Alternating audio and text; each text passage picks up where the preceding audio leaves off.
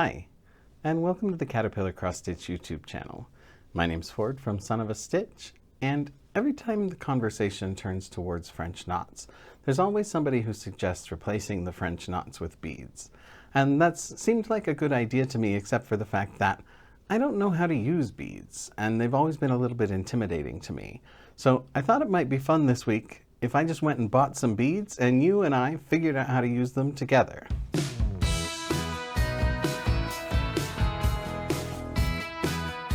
The topic for today's video actually came from the comments of one of my previous videos.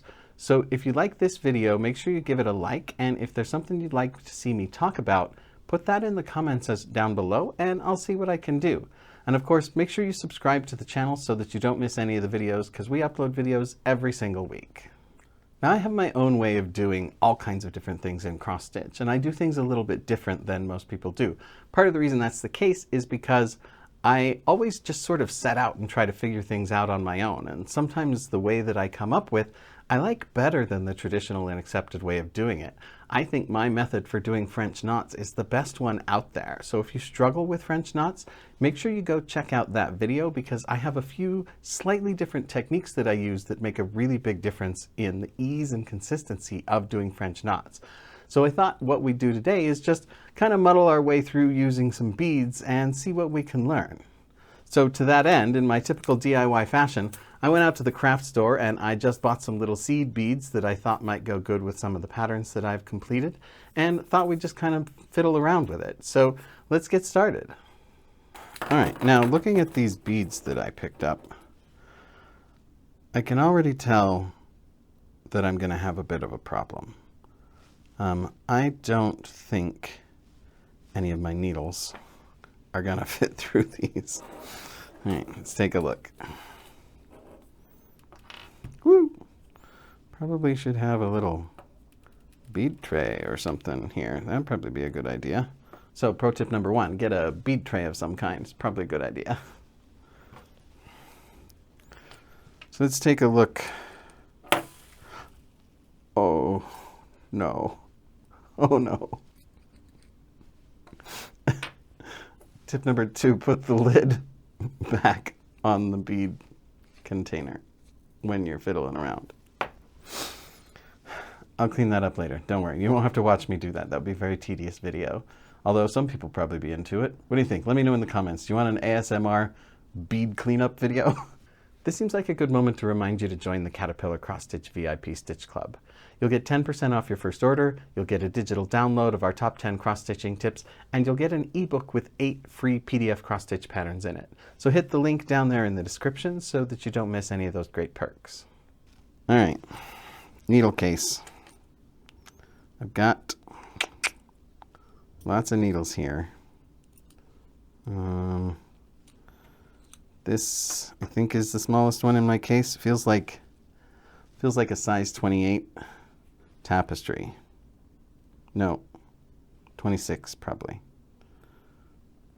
And no, the eye of that needle will not pass through the bead, which is funny given that the eye of the needle is the metaphor for things that are hard to pass through. Okay. Fear not, though. Your boy is a hoarder. My needle collection. Let's just scoot a few of those beads out of there. So I'm pretty sure the one I was just using was a size 26 tapestry, which means this 24 and 26 is right out. We can eliminate those. We've got some size 8 embroidery, though from looking at the thickness of them, I'm not super hopeful. And these are probably going to be our best bet. These are size 28 tapestry needles. I'm pretty sure those are the smallest that I have. So here's the next lesson that we've learned. Make sure that you have some needles that work before you leave the craft store after buying your beads. Or buy needles, like if you're buying online, make sure you buy needles because yours might not fit through them. These are, where'd the container go? So these are size 11/0 beads. Beads are sized in gauge, which means a larger number equals a smaller bead. So you could probably buy something more like a size 10 or 9 bead, and your regular cross-stitching needles will probably fit through those.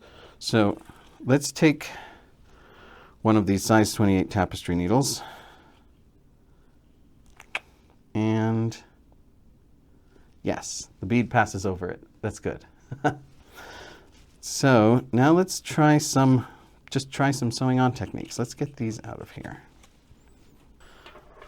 I'll just use my little taxi from the North American Adventure Stitch Along. Okay, so next part we're going to have help from our old friend Scrappy. Do you remember Mr. Scrappy? He used to help us out in videos all the time. Well, he's on his last legs, but he's still hanging around. So let's try something. I started a strand the way I would normally start a strand of backstitch, which is basically just take a single strand, tuck it under some existing threads, bring the thread up to the top. So I want to try out just the simplest possible method. Pass that needle with the floss through the bead. See how it looks.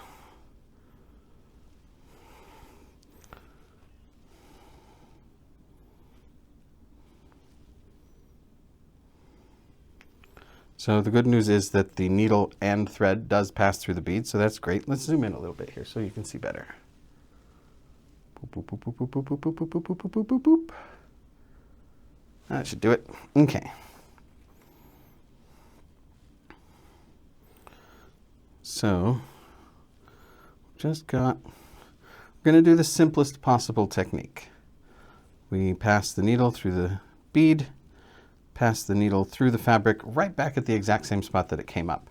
I normally don't do that with like a French knot because I'm afraid of pulling the knot through the fabric, but I suspect that this bead is big enough that that's not going to be a problem. Yeah, it does seem to be the case. Now I'm seeing the thread a little bit and it's not quite laying flat. A little bit difficult to control. But for simplicity, really you could just do that. Start a thread just like you would for backstitch, pass it through the bead, go back down through the surface. You want to make sure to keep tension on that so they don't like bobble around on the top. And from the looks of it, you might want to make sure that your floss color matches your bead so it's not too conspicuous, because I'm using black floss here, you can see. And the black floss is fairly visible on that bead there. Now I'm wondering if I can make that lay a little bit flatter if I loop it through the bead. Let me show you what I mean. I don't know if this is what other people do, but I'm going to give it a shot. Woo! Bye-bye bead. So, pass the needle through the bead, and then I'll go through it again in the same direction, so that I've got kind of a little loop. It's not quite a knot, and I'll bet that the bead will still, it still slides around. So then I'll do the same thing, just take my needle back down through the surface.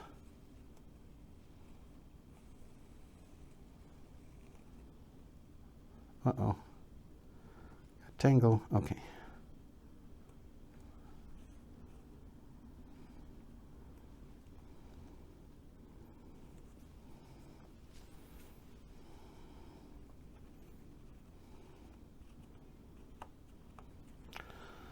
And it does actually feel a little bit more secure to me. Like this one still bobbles around a lot, and that one, even without the thread being secured, feels more locked down on the surface of the fabric. So I think that's probably what I'm gonna want to do. And I'll bet if I do it right, I can use that to make sure that it isn't twisted. Let's try another one. That one kind of tangled up as I was going through. I'm going to give it another shot here. So I'll just bring my needle up. Oh. That's okay. Not at all what I intended to do. But the beads are not very visible on the back side of the project. I'm going to bring the needle up, grab myself a bead,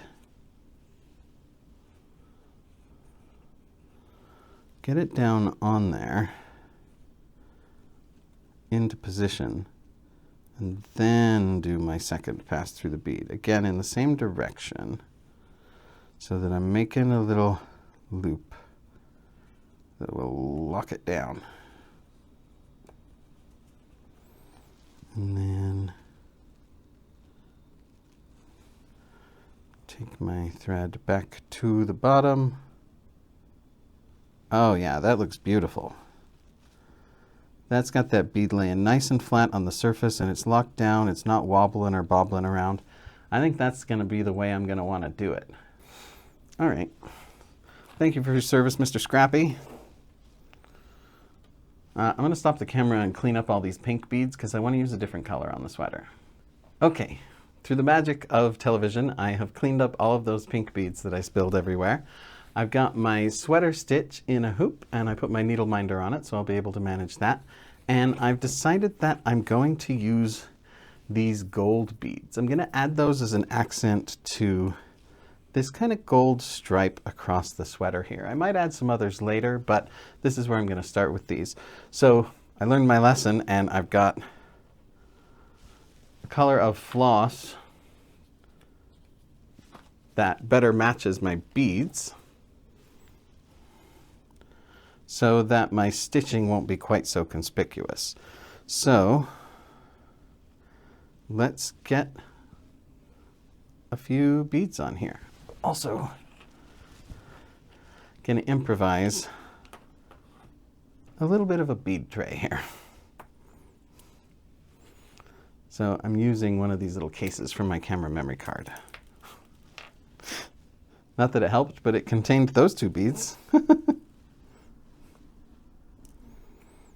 I assume once I've used up or lost some of the beads, that will be a little bit less of a problem. Okay. So I'm going to want to just start my floss the same way I start a back stitch. So let's do that.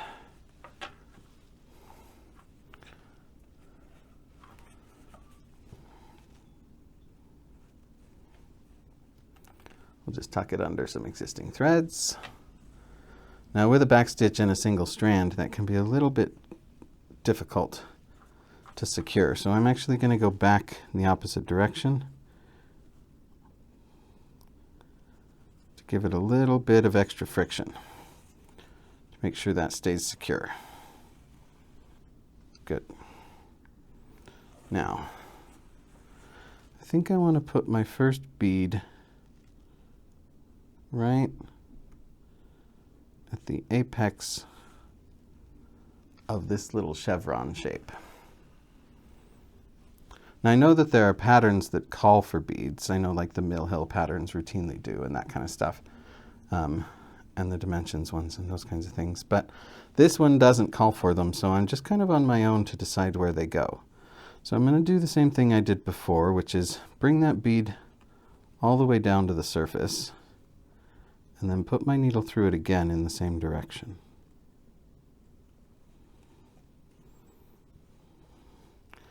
There's probably a name for this technique, and I'll go look it up eventually.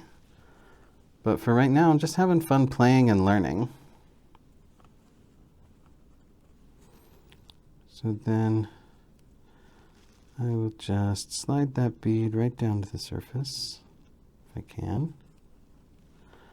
This one doesn't seem to want to slide. There we go. And then put my needle back through in the exact same spot. Now because I'm trying to center it on a single stitch instead of coming up through one of the pre-existing holes in the fabric, with this one I punched myself a hole.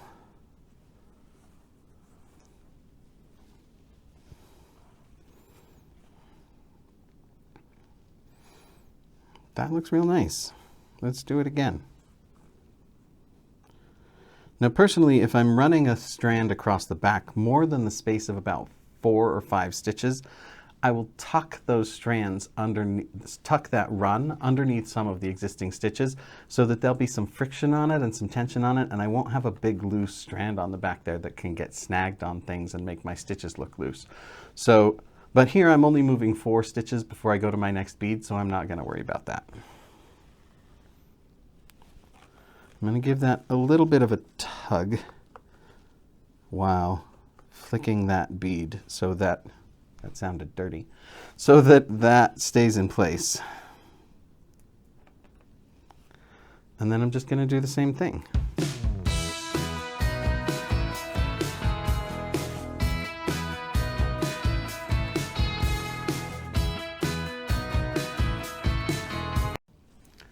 And then I will just go across there and put a bead at each of those points, and if I come into any problems, we'll talk about them. Now, a great way to advance your skill in cross stitch is just to be around and communicating with other cross stitchers. And of course, one of the best places to do that is in the Caterpillar cross stitch community.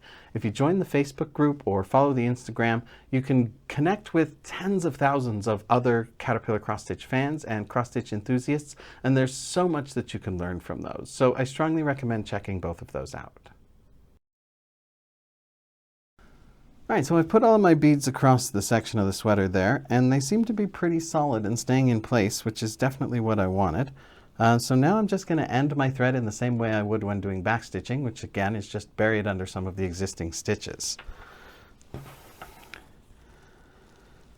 know, a lot of people are really afraid to try new things when it comes to crafts without a bunch of instruction or experience or someone to show them how to do it. But I've been avoiding trying to figure out how to do beads for a long time because I didn't know where to start, and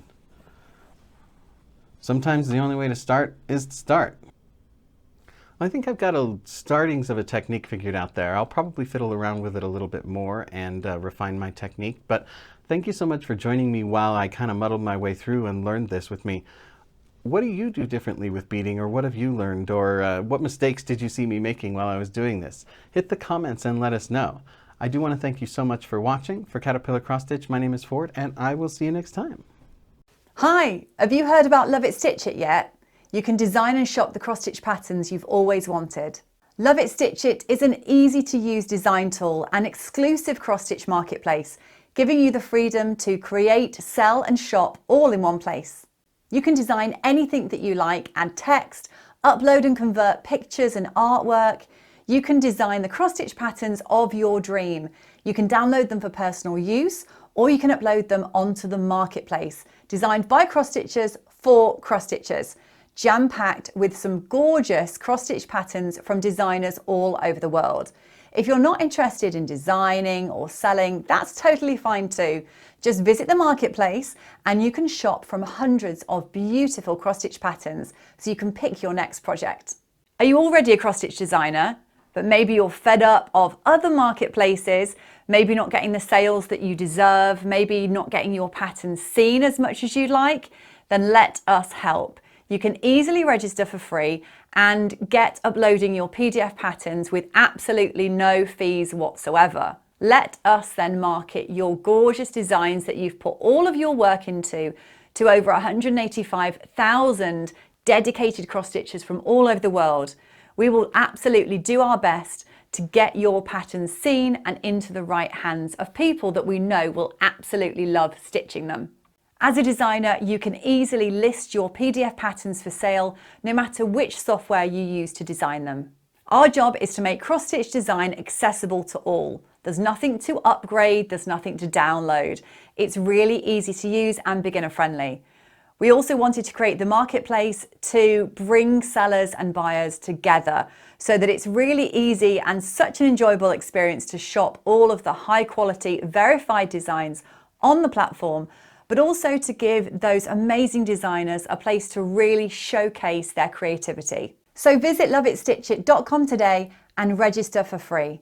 Stitch what you love and free your creativity.